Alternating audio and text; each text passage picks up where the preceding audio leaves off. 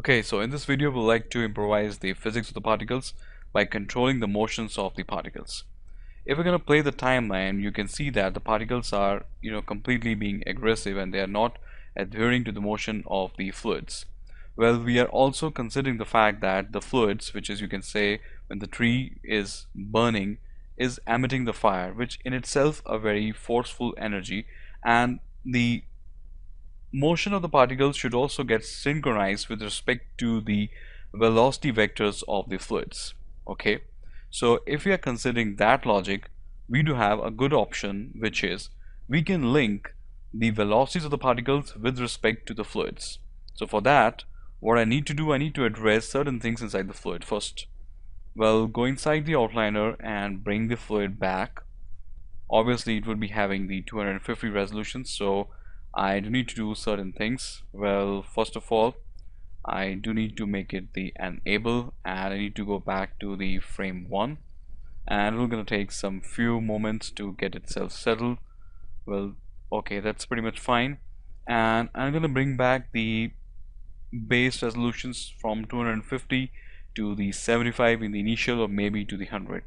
Well, before I begin with that, I need to go inside the Windows hypergraph hierarchy, and I do need to open up the input output connections, and first of all need to delete the cache, because I don't want the particles to be get affected with such a huge cache. So if it is required, we can bring down the size of the cache.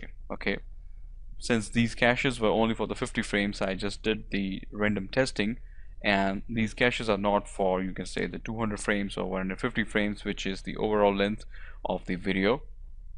So now I do need to take care of this thing. So I have already bring back the fluids, and I need to take down the base resolutions to the 75. Okay, so with that, let me just gonna go back to the perspective view, and here I can navigate the thing very easily. So now the thing is that if I'm gonna play the timeline, you can notice the fluids are still getting emitted from the tree, because we have already provided the maps, which is called as the black mass, to the emission of the fluids, which is pretty much okay.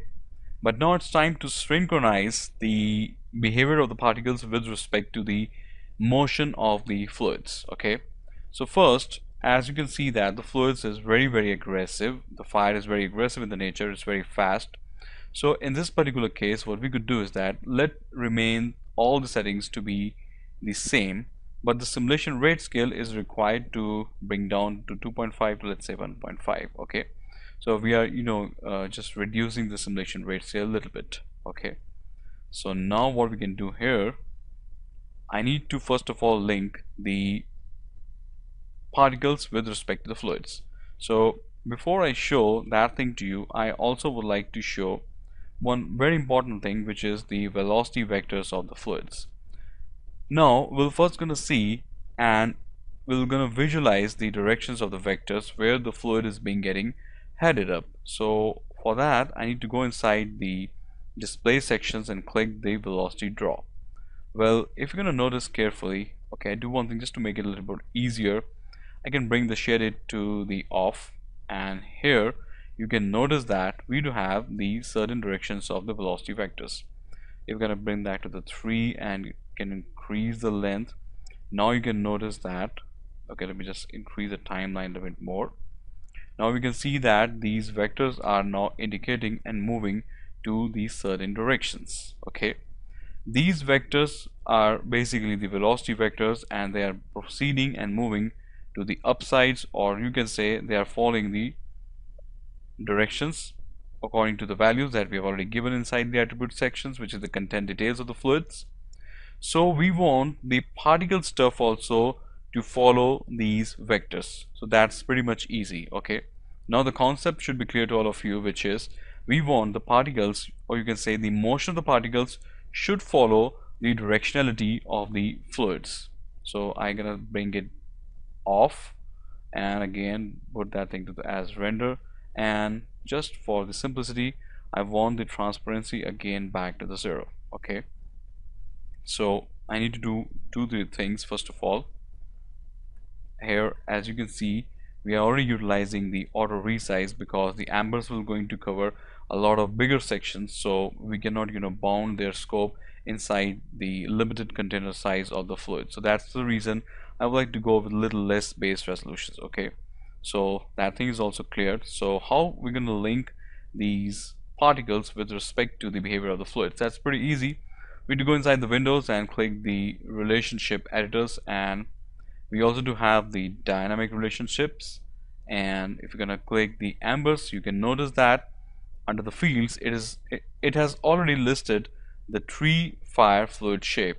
So with the amber selected, we can click the tree fire fluid shape. Now you're going to see the significant change inside the particle systems, but we also do need to be very much careful regarding the one option. As you can see that from the initial, the particles were little following the fluids, but now the problem is that the particles have just stopped, and again they are being getting randomized and they are still creating the mess. So to address that, what I need to do, I need to go inside the amber shape node and bring the conserve, which you can say the velocities of the particles. If we're going to conserve the velocity, if we're going to dip it down, so every frame the velocity will get reduced. Under the value conserve 0, there is no speed, no moment for the particles. So what I can do is that I can put that thing to the 0.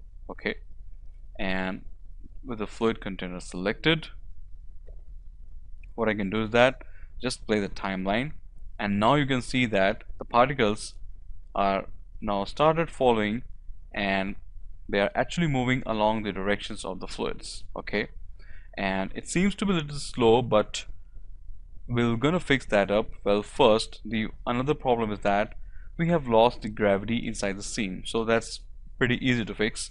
We need to select the fluid container, and under the fields, let me just click the gravity, and with some small changes we're gonna get back with our results. Let's say the value is 40 and y to the 0 and z to the -1.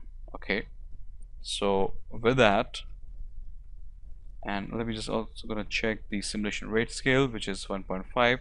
Pretty much okay, not an issue. And now let's just play the timeline. Well, the actual speed, behavior, and the moment will only be get tested out with the help of the play blast.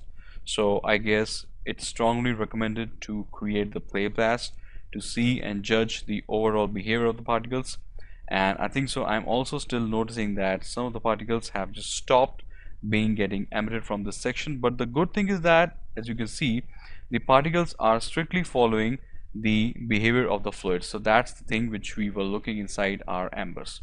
So we are done with the second sections of the particles, that is maintaining and you can say managing the physics of the particles. But in the next video we would like to see the play blast, and also we would like to improvise the other certain sections of the particle with respect to the physics and the motions. Alright, so now it's time to move to the next clip.